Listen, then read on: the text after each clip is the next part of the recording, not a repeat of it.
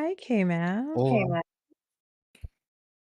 I was just in the VC chatting with Yeah. Jay, and he was giving some juicy lore Mm. about the current progressive political ecosphere. Oh, what's going on? Um, basically, well, he did uh clarify it's mostly an issue with progressives who haven't ran for office or haven't governed before, Uh, but that generally it's very disorganized, very conspiracy brains, very unhinged, mm. unprofessional, and this was an issue with Cat. Cat. Yeah, but that's what Um, no, well, unfortunately, no, I don't know Cat. Who is Cat? Cat Ab is something. Oh, the lady who She's like, lost in yeah. whatchamacallit? Okay. Yeah. Interesting. I could see that being problematic. Wow. What's your take on all that, or how do you feel about it? Well, going off what Jay said, I feel bad for Jay because they just like he was the only one who seemed to be trying, Hmm. and they just treated him like shit. And Oh, it's awful. I'm just kind of like, damn, Mm. we shouldn't take what he does for granted. Well, true. True.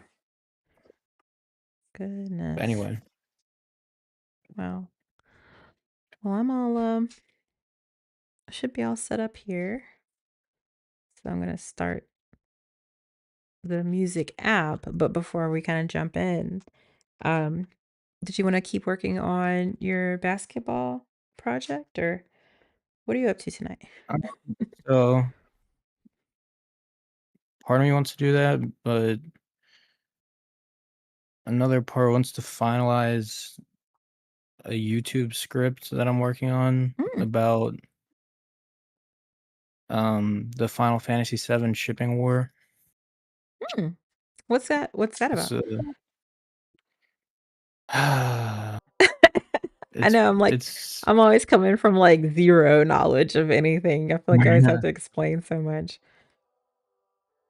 well, it's designed for the video is designed for people who have played the game Uh-huh. and like know the story, but to for starters, it's basically the main character Cloud has two girls that are interested in him, and then that's kind of where it starts, and he has deep relationships with both of them, Mm-hmm. but online people kind of take extremes on it, Mm-hmm. and it's just a toxic cesspool of garbage. Mm. And I think it's unfortunate because it's like a trilogy of short videos, not like super short, but I try to do 3 videos, Mm-hmm. and the first one is why FF7 shipping discourse is so toxic and in parentheses and fundamentally wrong. And Interesting. so that's where I go into detail about why I think it's so shitty. And then the second video is defending the shippers, why romance is a critical aspect of FF7. Mm. Because that's another belief I have, that despite how toxic the discourse is, that romance has a place in the story, and that anyone who's reasonable should come out of the story a shipper. Hmm. I And like then the that. last one is why Cloud and Tifa are objectively canon, in parentheses, and Clarith still might be. Those are the two ships. Gotcha. I'm That I'm a sounds shipper, fun. but I hate all the other shippers. So the video is probably gonna piss everyone off and please no one, but I think it's Th as close as no, it comes to the yeah, this is truth. how you discover how many other people are actually, like, feeling and thinking the same way that you are, so I'm here for it. I think it'd be cool. Yeah, like I think I'll make a Reddit post about it, or like making my arguments too. Yeah, do it. I love And it. You know, that's actually inspiring me, like, hard because, like, I try to have Destiny's back whenever I can. And, so if I see somebody do just something egregious, like that last, Dead Domain hit piece, I had to counter that. It was just so ridiculous. Um, but now I'm seeing, like, with the rise of Hassan and even, like, the negative news about him just giving him that much more media attention, like, I'm literally seeing people who I like and respect try to, like, vouch for him just because he's on the left. And so I really feel like it's important to clarify, like, no, he's a piece of shit. Like, he's not he's not helping the cause in any way. You well, know, it's not that he's not helping the cause; he has his own cause. Is exactly, and the the cause is him. The cause is himself. And that's not gonna yeah. help us moving forward, you know. I mean, I get that he's, you know, trying to be very socialist and super far left and all that, but at some point you're when you're actively telling people not to vote Democrat or tearing down Democrats or tearing down that voter base, like you're literally pushing people right into the opposition's arms. And so, like, I mean, the further we go along, it just feels like we can put that much more of the blame on people like him for why we lost in the first place. Um, and I think it's readily apparent. So that's where I think I might want to stop what I'm doing and focus on a script, um, to kind of just clarify that narrative because it just seems like it's getting, I don't know, like too whitewashed or Yeah, Turkish washed. anyone who cares about liberal democracy should not even try to use Hassan. Like, there's an argument where you basically just take advantage of him and have like this unholy alliance, and then you ditch him and throw him to the wolves when you can. That's probably the most compelling argument to not hate Hassan publicly, but at the same time, it's kind of it's a cancer, and if you allow it to fester and grow and subvert, which is its goal, then you're at risk of your entire project failing. Mhm. Agreed. Well, perhaps like like what my piece might lean to, like, toward or try to achieve is more along the lines of like, let's really compare these two men. Let's really put the spotlight on, you know, the pros and cons here, and then let people far smarter than me make that determination. Like, is Hassan a useful idiot? Is it valuable to try to appease his base in order to, you know, even if we drop him later, you know, in order to try to achieve some sort of ground with, you know, more left leaning thinking? But, you know, I don't even really want to make that case like that here's what we should do with this person. More so like, hey, let's look at who Give this the person fact. is. Yeah. Especially compared to Destiny, who's actually built this entire infrastructure with digital ground game to, you know, put his money where his mouth is and put boots on the ground and, you know, actually make something happen in the real world and not just in his streams. I mean, who fundraised like what, almost like 10 times what Hassan was able to do for Progressive Victory. So I just think He it'd be has a kind of an 32 interesting. day 250K or something. Yeah, like 30 something K to 270 something at the end of the day. So yeah, like it's ridiculous. So either way, yeah, I think you've inspired me. I'm gonna switch gears a bit. I had my Scrivener all ready to go, but now I'm like, dang, let me do this. Um, then I was interested in he's got a debate coming up in like September with some guy, and I don't know a thing about this person, so I was planning on some point to try to do like a debate prep video for that, but um, yeah, I was kicking Who? that down the road a bit. I don't know. So no, thank you. I'm gonna maybe refocus my objectives today, but I'll tell you what, we're at 9:17, so we're already a couple minutes over start time. So let's go ahead and dig in and check in with me every few minutes if you have any questions. If you have any questions or just want some feedback, but otherwise we'll pop back in at what 10:45, which is about 5:45 Eastern, and get some feedback on what we've accomplished.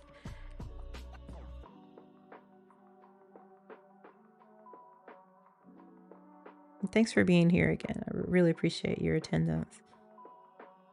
No problem.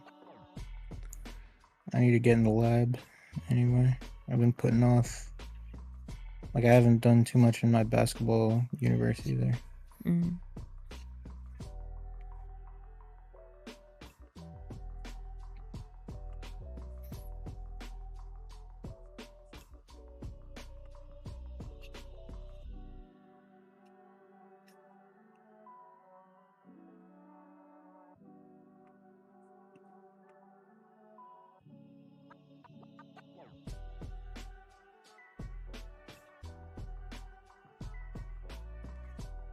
Let me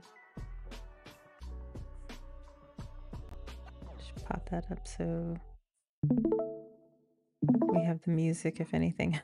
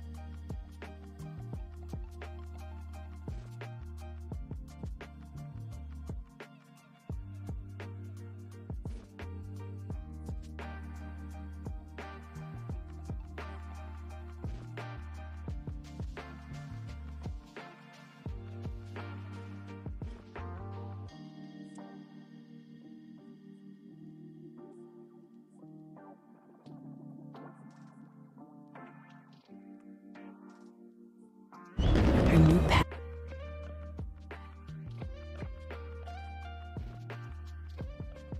had arrived. Explore your story. In the end, we all answer to God. Called out. For example, in Hassan's case, he immediately started getting called out by creators who already and across the globe. Maybe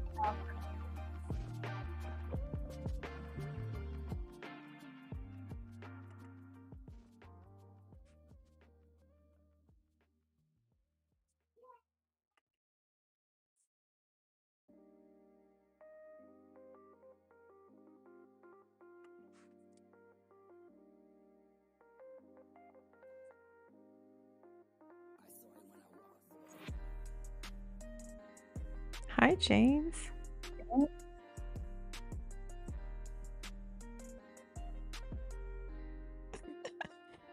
James said, Rise of Hassan, worst MCU movie yet. Just reminded that The Young Turks was the title for the people who orchestrated the Armenian genocide. That's a fun meme. Exactly. And hi, RT Politic. Thanks, everybody watching from the Twitch and the YouTube. Welcome, welcome. We're just in our focus phase right now. So, yeah, feel free to, get some grinding in on whatever project you're working on. I'm just pulling my script together for a video K-Map has inspired me to do. So, welcome in. Let's get to work.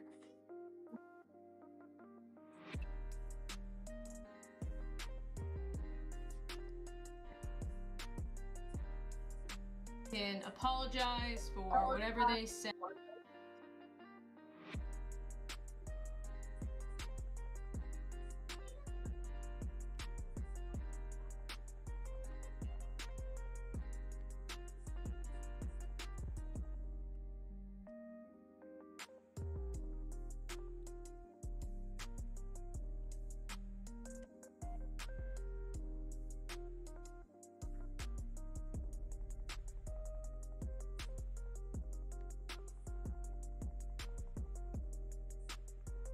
did. Now.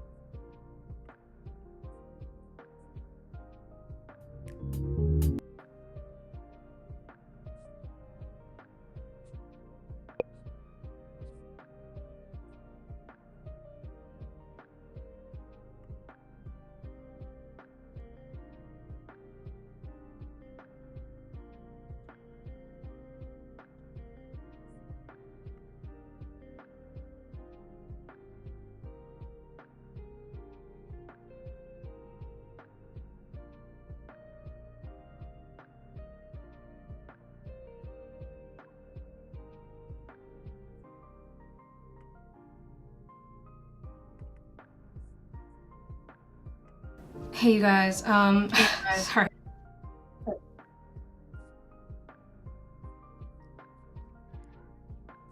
Where does that come from?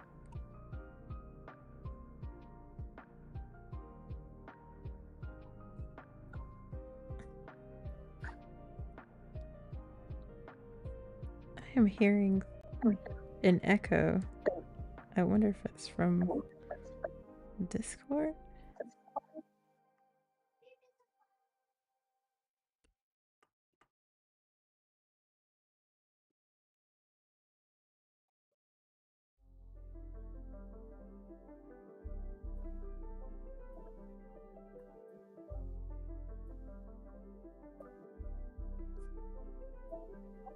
It's weird.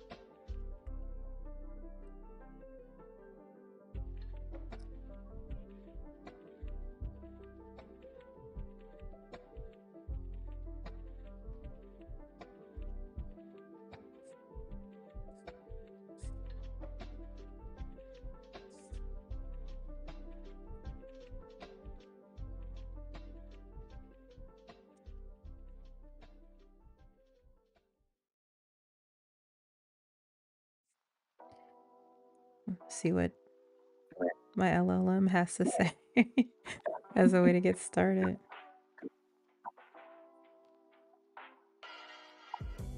It's like a push and pull. The way you move me, acting like a stranger. Oh, can't you see how it frustrates me? How it's messy, 'cause it fills my mind with you. You got my attention. Every time we build up that tension, you got my attention. Got me dreaming all night long.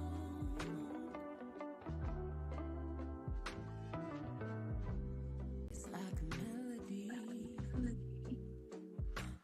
The way the thought of you gets stuck in my head. It goes round and round, it won't come down. It can't get out. Oh no, I'm losing it.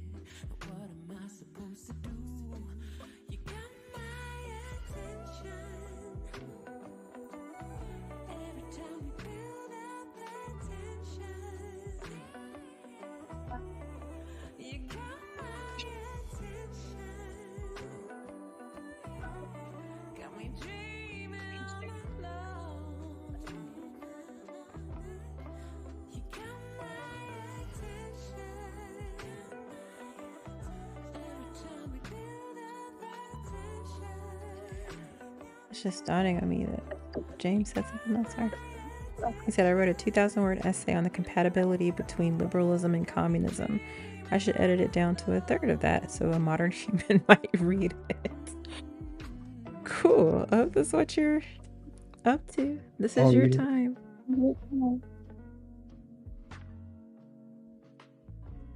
Sounds dope.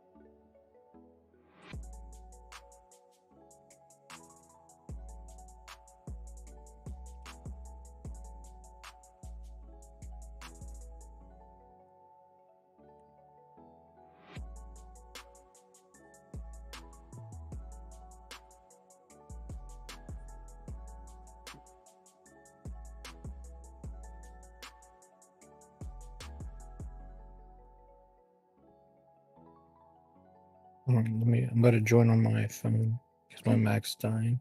No, no worries. No, See no that? worries.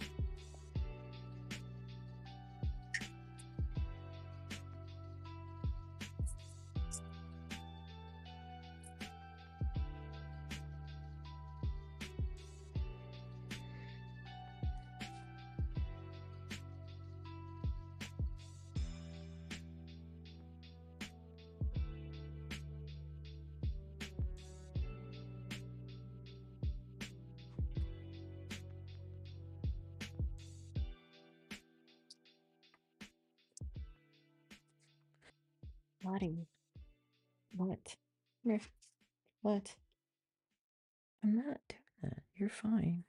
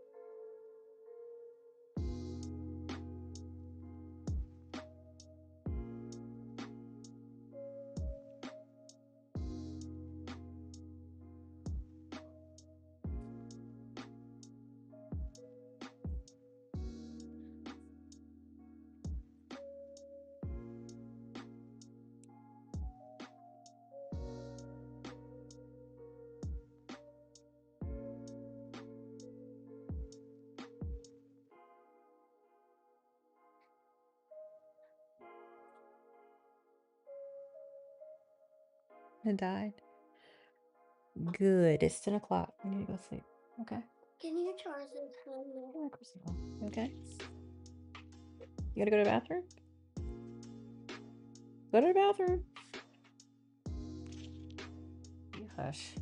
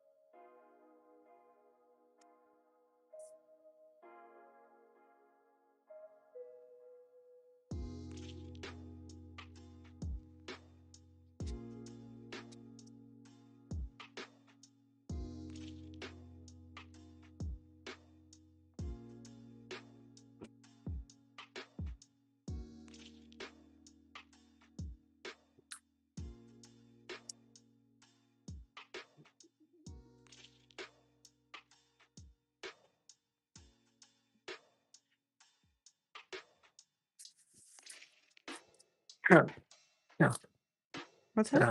good. You okay?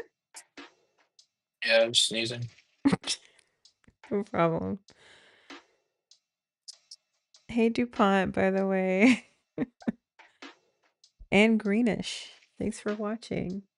Hope you're getting some good grind time in. We've got about another 30 minutes of focused work time, and then we'll come together and see what we've been up to.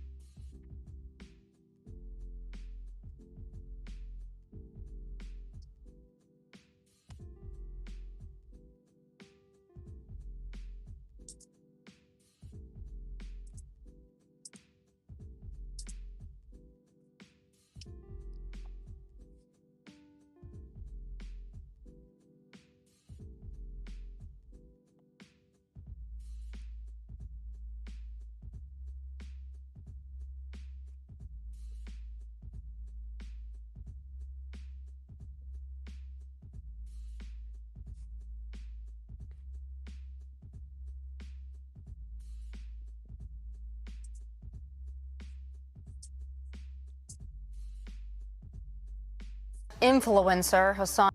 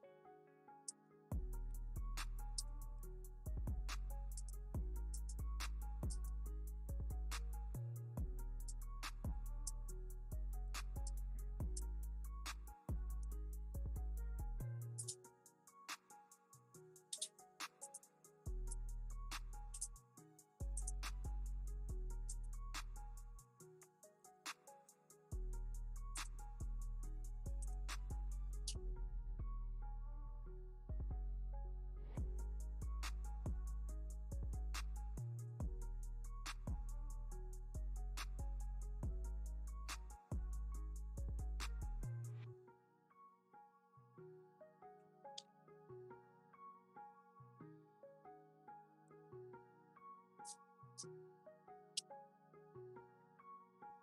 saw it when I walked, boy.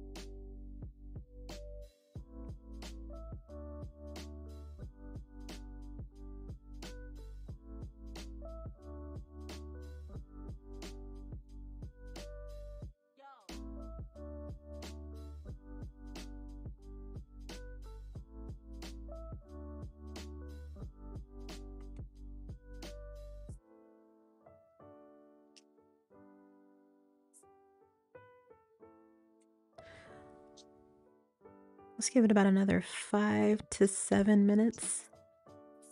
So try to come to a stopping point soon. And we'll close out at about 10:45, 5:45 Eastern.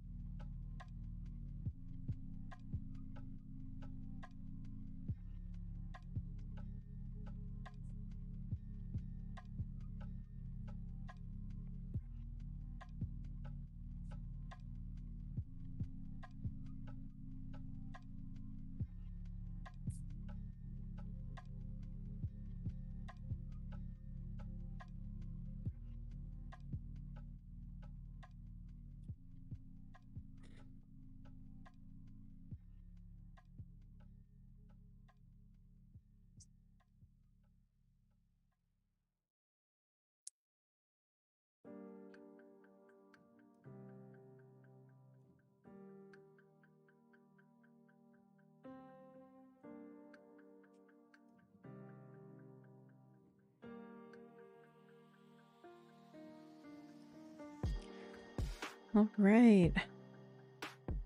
Let's go ahead and put our pencils down. As we like to say in the schoolroom. All right. I'm feeling really good about what I've come up with here. I think I'm in a position to pretty much rock and roll with this video. Maybe tomorrow. We'll see. What about you, K-Mav? Are you finding success with your project? Got up to almost 3,000 words Get total. oh, I nice. started with like 2,000. Okay, well that's good then. 2,000. So you like doubled Made or made 50% a 50% increase. I was using that Trump math at first. Sorry. Mhm. But that's great. You want to read some of what you put together, or is it not yet in a place where you would like to share? There's some gaps, but I'll try to fill them as I read. Okay. And you'll probably be able to tell when I'm reading and when I'm bawling. No problem. So yeah,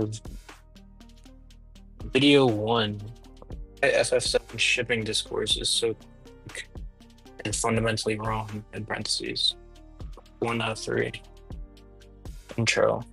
One of the defining traits about Final Fantasy is its extremely toxic shipping war. And this is not super important now, but I have when I say extremely toxic shipping war, Mhm. of the Vine boom sound effect on the video, and then I take like 3 unhinged tweets that I found and put them on the screen. Nice. It's extremely boom, toxic boom shipping. And just Um, so people know, like, or just for me to clarify, like, let me not even lie. Shipping means like you're wanting somebody to be in a relationship very hard, basically. yeah, you're like a fan of their romantic relationship. Okay. Because it's not, well, depending on your definition, it depends on your definition, I guess, but Hmm. it could mean just like accepting the creator's goal, or it could be because I have a section dedicated to like crack where it's like just for fun and it's 2 random characters that could not even be in the same universe. So it depends on your definition of that, but the definition I'm using is just like a of a particular couple, whatever, any romantic entity. Okay. And thank you. The war has raged for nearly 30 years and has shown little sign of slowing down. The framing of this deep dive is from the perspective of what is most likely to be true given the narrative evidence. This is not about having fun or having a good time.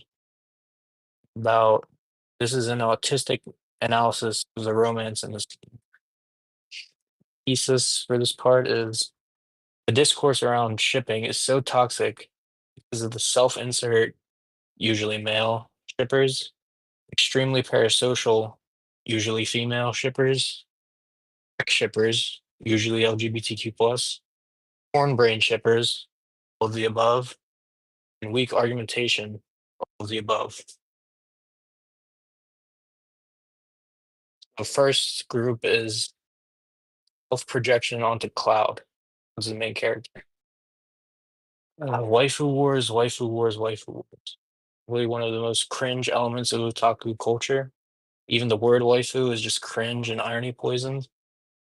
But the reality is most men don't view romance in the game objectively. It is through Cloud as a character and analysis of relationships. These types don't take shipping too seriously, and more power to them for that. and I probably wouldn't make a video series about this topic. The way they poison the discourse is relatively innocent. But there's so many of them that it piles up and dilutes any factual discussion. And fans, maybe 300 are like this. They can hardly even be considered shippers because they barely ship Cloud and another character. Whether they ship themselves, Tifa, or let's remake Jesse, or even Cisne. This is like the most common. They like the average gamer who doesn't really think too deeply, and they kind of just like, "Ooh, I like this pretty girl," and or one of the girls charms them in some way, and then they like that character, so they ship what is basically a stand-in for themselves, Cloud, with that character. So it's like, is it even shipping? But I think they chime in enough on shipping discourse to the point where they become, if not shippers, then like basically shippers. Mm. The second part is extremely parasocial fans. This is the type of shipper that most people envision when they hear the term. This is a predominantly female subgroup who spend time on X, AO3, Tumblr, and TikTok. These are the most prolific consumers and creators of fan art and fan fiction. Nothing wrong with that, by the way. And are usually artistically inclined in some way. But also, these are the types that, taken to the extreme, will threaten devs and story writers if the story doesn't go their way. They'll make unhinged comments about Tifa or Aerith on Twitter. They'll constantly be on Twitter back and forths, beefing with the opposing ship group. Some of them have, internalized misogyny that they'll use against the female character that they're not inclined towards. And that's how we get tweets like the one I showed in the beginning of the video. And that brings us to group 3, are crack shippers who believe in their ships. Now, this whole section feels kind of weird because it is essentially attacking a predominantly queer group for trying to have fun online. I'm aware of that, so I'll try to be nice. And it's Pride Month, This man. You video, gotta take yeah, it it's easy. maybe not the best time. But go ahead. Let's hear This video, what you got. We can tone it down, maybe. this this video series is not supposed to be fun. It is supposed to be about coming as close as we can to the facts. While most Yaoi and Yuri shippers be two hot characters and want to have a grand old time writing fics and drawing art, I do believe that they degrade the quality of the discourse, whether by irony poisoning or just straight up having incorrect interpretations about character relationships. So this is the people that ship Cloud and Sephiroth, who's the big bad, like the main villain of the story, and Cloud. People who ship Aerith and Tifa with each other. People that ship and Zack, and so on. Where it's not serious. It's sort of similar to the first group. It's not taken too seriously, but it's common enough on Twitter and Reddit that it kind of gets in the way of what is actually true. And there's so many layers of irony where, like, if you make a Reddit post, who is Cloud's true love, the top response will probably be like, obviously it's Barrett. And it just not helpful to the discussion. But it's mostly benign and it's a minor group. And then the next group, or the next problem, is over sexualization / porn brain. Everything is so sexualized. Like Tifa, it's extremely difficult to have a discussion. Men are probably the most annoying and incessant when it comes to stuff. Of course, Cloud likes Tifa. I mean, look at her honkers. But in that same vein is, I like the more tasteful, aristocratic beauty of Aerith compared to the Nishian Tifa. The women are more tame in this regard, you'd think, when it comes to Cloud, but they do have a very strong obsession with Sephiroth, and that kind of there is the dose of female porn brain as well as male porn brain that Oh, contributes to yes. poor discourse quality. Oh, yes. 'Cause women can be just as horny as men. I mean, that's what AO3 is. You know? True. We gotta keep going. I'm messing with you. Overall porn brain is a blight on society at large, and it has effects on the FF7 shipping discourse. Mm. The next problem is quote mining and cherry picking. This is kind of a nerdier point. I believe the accuracy of ships should always be determined with raw game data, such as the narrative and character motivations. It should always be the start and end point. Supplemental stuff like dev interviews and Ultimania excerpts. Ultimanias are like these supporting um, lore things, he releases mostly to make money, but there's some fun stuff in there. This is just a quick one. But ships don't stand on one quote or one moment or one scene. It should be strong and repeatedly reinforced throughout a story. Conclusion. So I covered most of the reasons why things are so toxic in the community, but I left out the part why it's fundamentally wrong. The thing that makes the discourse wrong is, in fact, anti-shippers. You might be thinking, didn't you make this whole video shitting on shippers and calling them crazy? Aren't you an anti-shipper? No, I'm not. The next video will explain why shipping is actually important to having a strong understanding of the story and what anti-shippers get wrong about that. Which brings us video 2, finding the shippers. The romance is a critical aspect of FF7, part 2 out of 3.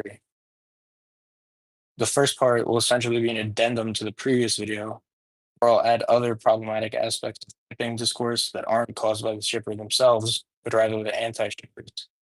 The two most common talking points I hear: A, it's not a dating sim, Otome/Otome. Romance doesn't matter. Why are you investing so much energy into romance about a game that isn't about romance? B, it is a dating sim where you can pick whoever you want. You literally have the golden saucer where you date, where your date is based on previous choices. Actually, you are Cloud. As far as the first one goes, I'd argue that Final Fantasy VII is in fact about love as much as it's about anything else. Love of self, love of family, love of friends, and romantic love. For the latter, this argument strips all agency from Cloud, whose decisions and characteristics, by and large, aren't controlled by the player. In Rebirth, no matter what route you choose, Cloud and Tifa will always have that intimate moment in Gongaga, and Cloud will caress Aerith's dead body all the same. The player merely chooses who knocks on Cloud's door, nothing else really. Despite all the bullshit around it, this is why I believe romance is a critical aspect of the story of Final Fantasy VII. Argument 1, the characters of FF7 are the best part. Final Fantasy does many things well, and in terms of not only JRPGs, but video games as a whole, the cast is one of the best of all time. It is one of the best and most iconic protagonists of all time. Aerith and Tifa are two of the most iconic and best female characters in gaming, while Sephiroth is one of the best and most iconic villains in gaming. It isn't even mentioning the star-studded supporting cast.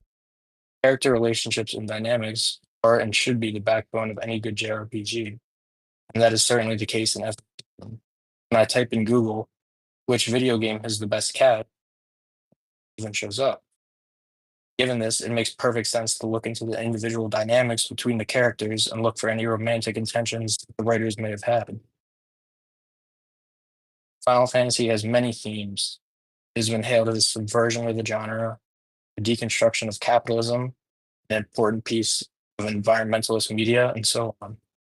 While that is mostly true, these aren't the best written themes. If you want a more mature attack on capitalism, look at something like Disco Elysium. And yes, I'm aware that F7 was marketed towards children.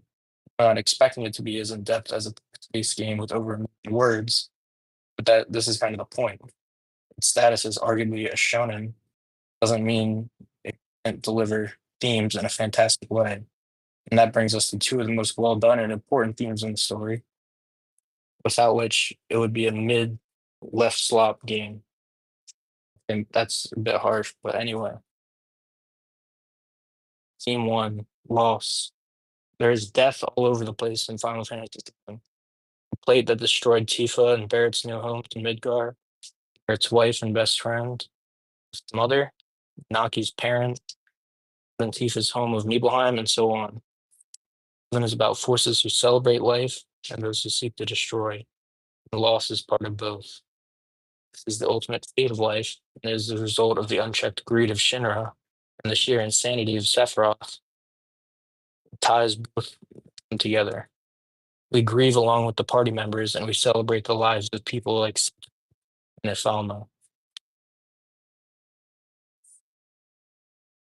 Why Cloud and Aerith's relationship is so important. A loss is present almost everywhere. Look in FF7. Its deep bond with Aerith is the main driver of the theme of this. Aerith's death was a cultural moment in gaming history. It was bar none the most impactful death in gaming. Again, Google agrees.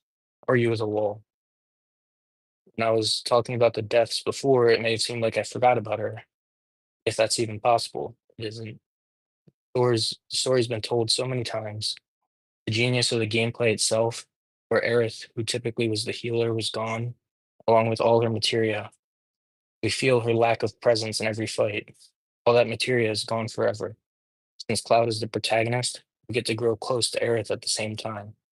Her life and death, her charm and beauty, is what makes this theme all work. Theme 2, Identity. Cloud Strife is perhaps the most famous case of an identity crisis, and it's written very beautifully, if a little convoluted. But I don't need to get into all the Genova cells and memory altercations to say that Cloud was always a bit lost. He was always searching for something. Cloud's deep bond with Tifa, the main driver of the theme of identity. Cloud's sense of self can be closely paralleled with his relationship with Tifa. Based on traces of two pasts, we can presume that his life as a baby and toddler was fine. He and Tifa, as next door neighbors, seemed close until Cloud's problems started to arise during early childhood. He became insecure. Tifa is the key to everything in his arc. She is the one with the memories, with the connection to Cloud, his home. She makes everything work. Tifa accepts Cloud, so why shouldn't he? Why shouldn't we? Why shouldn't we accept ourselves? One of Final Fantasy VII's defining characteristics is being that of a journey of self-discovery. Now, this video is kind of clickbait because I didn't really talk about romance. I mostly spoke about the importance of his relationships with both girls. First of all, everyone over the age of 10 who plays the game should come out of it as shipper. Unless you're extremely young or have next level autism, you should see the romance in front of you. Not only is this the case, but Cloud's bonds with both Aerith and Tifa are the best and most important parts of Final Fantasy VII, only because of just the connections themselves, but also how they deliver the themes of loss and identity.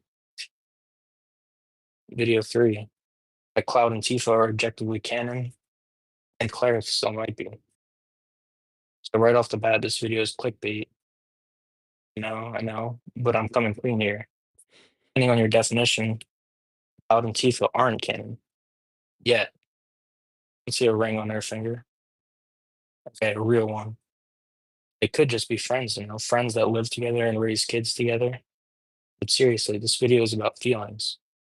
This is part 3 of my video series about the tipping war in FF7, but it probably should be 4 because this is a 2-part video delving into both Claudie and Clarith. But a trilogy is cooler, so that's what I'm doing. Do Cloud and Tifa love each other? Tifa loving Cloud is self-evident.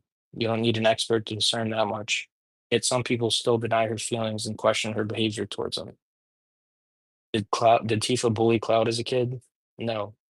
Cloud's exclusion from the main group of Nibelheim kids was a result of his own antisocial tendencies and insecurities. 9-year-old Tifa was not his personal therapist who needed to make sure his social needs were met. They talk about their childhood and rebirth. Tifa understandably but mistakenly says that uh, insert quote where Tifa says something along the lines of, I thought you liked being alone.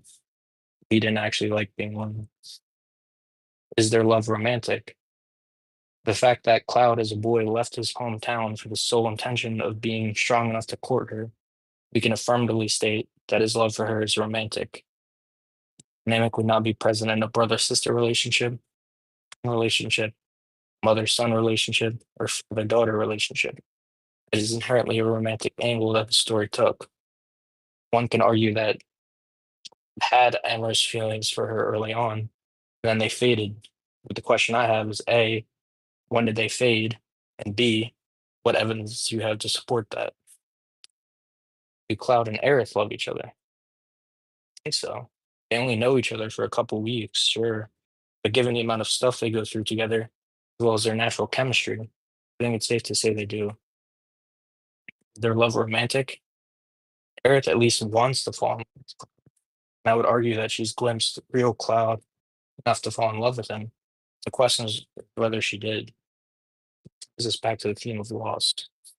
What is the greatest loss one can imagine? Probably a kid. Other than that, romantic partner.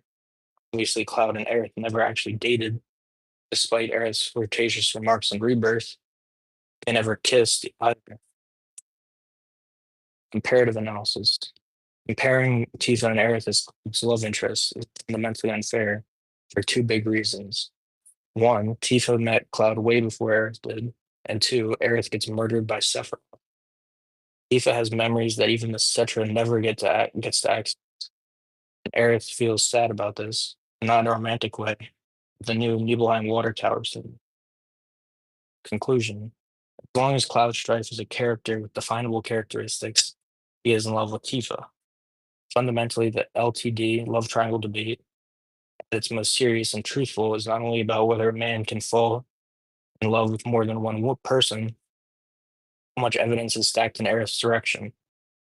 Overall thesis of this trilogy is that self-insert, parasocial, crack, brand shippers, along with misguided, though sympathetic anti-shippers, have degraded FF7 shipping discourse over the many years, which has led to the community to lose sight of just how critical Cloud's two main relationships are to the story and its themes. His first with Tifa showing mutual, necessarily romantic love, and his second with Aerith demonstrating romantic tension with any potential of a future together tragically ripped away by Sephiroth. I believe I just made a shipping argument without Ultimania quotes or projecting my own feelings or misinterpreting Advent Children or Crisis Core. I just used the narrative and literary themes. Very impressive, I know. Let me know if I forgot anything that should be talked about, and maybe I'll make an addendum video.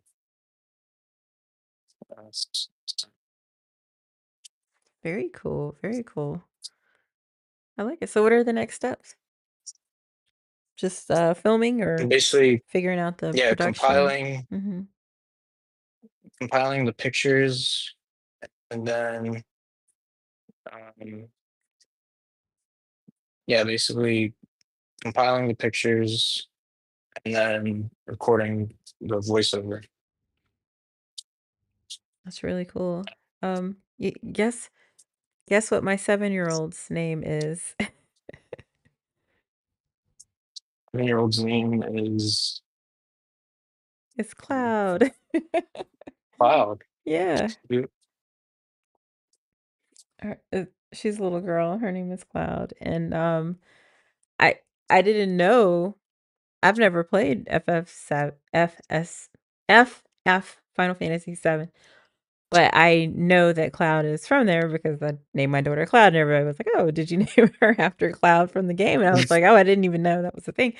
Um, and now that she's 7, I'm actually curious, is it you said it's actually meant for, younger kids? Like, is that actually a game maybe I could play The with her? marketing the marketing was aimed towards teenage boys, generally speaking. So Okay. like the ads, that's where the marketing campaign went towards. It Hmm, can be enjoyed anyone really. And it okay. mostly was it was supposed to be a subversion of like the male power fantasy and then trope. Okay. That's pretty cool. I mean, like, so I guess 2 questions. Can I play it with my 7-year-old or should I wait? And also, do I need to play, uh, Final Fantasy 1 through 6 at all? Or are Nope. they I have all individual stories? Yeah. I have zero, well maybe not zero, but never played 1, 2, 3, 4, 5, 6, 8, 9, 10, 11, 12. Never touched any of them. Uh-huh. Like I know like a few tidbits about them, but I've only ever played the compilation of 7, Sorry. and it's completely separate in terms of plot. There's like common threads. So for instance, there's these like chicken things called chocobos, chicken horses, Okay. and there's always a character named Sid, and I think the currency is the same, although I'm not sure about that. But like there's common threads, Mhm. and there's some Easter eggs, and like 7 and 10 too, I think, have like this lore that connects them, but other than a few Easter eggs, it's completely separate plot wise. Well, And as for yeah, got playing with a 7-year-old, I mean, it would probably go over her head. And there are some adult innuendos in okay. the original. Well, we might Like hold up a there's, bit. yeah, Yeah, we actually my dear friend and co-host of Digital Dispatch, Shane, gave me a great recommendation called Into Under the Galaxy. What was it called? Once Upon a Galaxy. And it is phenomenal. We're having such a good time with that. So we'll probably find some more age appropriate games, but I'm really really excited to get to where she's old enough to play it and understand it cuz I don't know, I just think it's such a beautiful and unique name and I know she's going to like flip when she sees it in the game. So I'm excited I for think you could that. change the name. You can change the name of the characters if you want has to. You can Uh just be Cloud. it's true. True. Well, that sounds good, and I honestly love what you've done so far. I have, a much better understanding of shipping thanks to you, and it's funny because I like that you're not necessarily saying that, these people who just take a character and kind of make whatever based on the character and removing the actual story's objectives and, you know, I guess, like, the character traits that the devs wanna see in their character. Um, I like that you're saying that that's not necessarily good or bad, like, that is part of what, shipping is and Yeah. AO3 is all about and just fanfic is. But I appreciate where you went with it, even with the LGBTQ kind of angle, was more so that and here's where these different paths can lead to toxicity or, taking it away from Yeah. again like the overall like profundity that is already in the story. So I really I like the angle you took. I don't think it was offensive. Again, even in the part in question. Um, yeah, I'd say run with it. I think you did a great job, and, I'm excited to see it come together. Um Yeah, with that, I feel like we're at a really good place to go ahead and close. Um, I'm really, really proud of your progress week to week.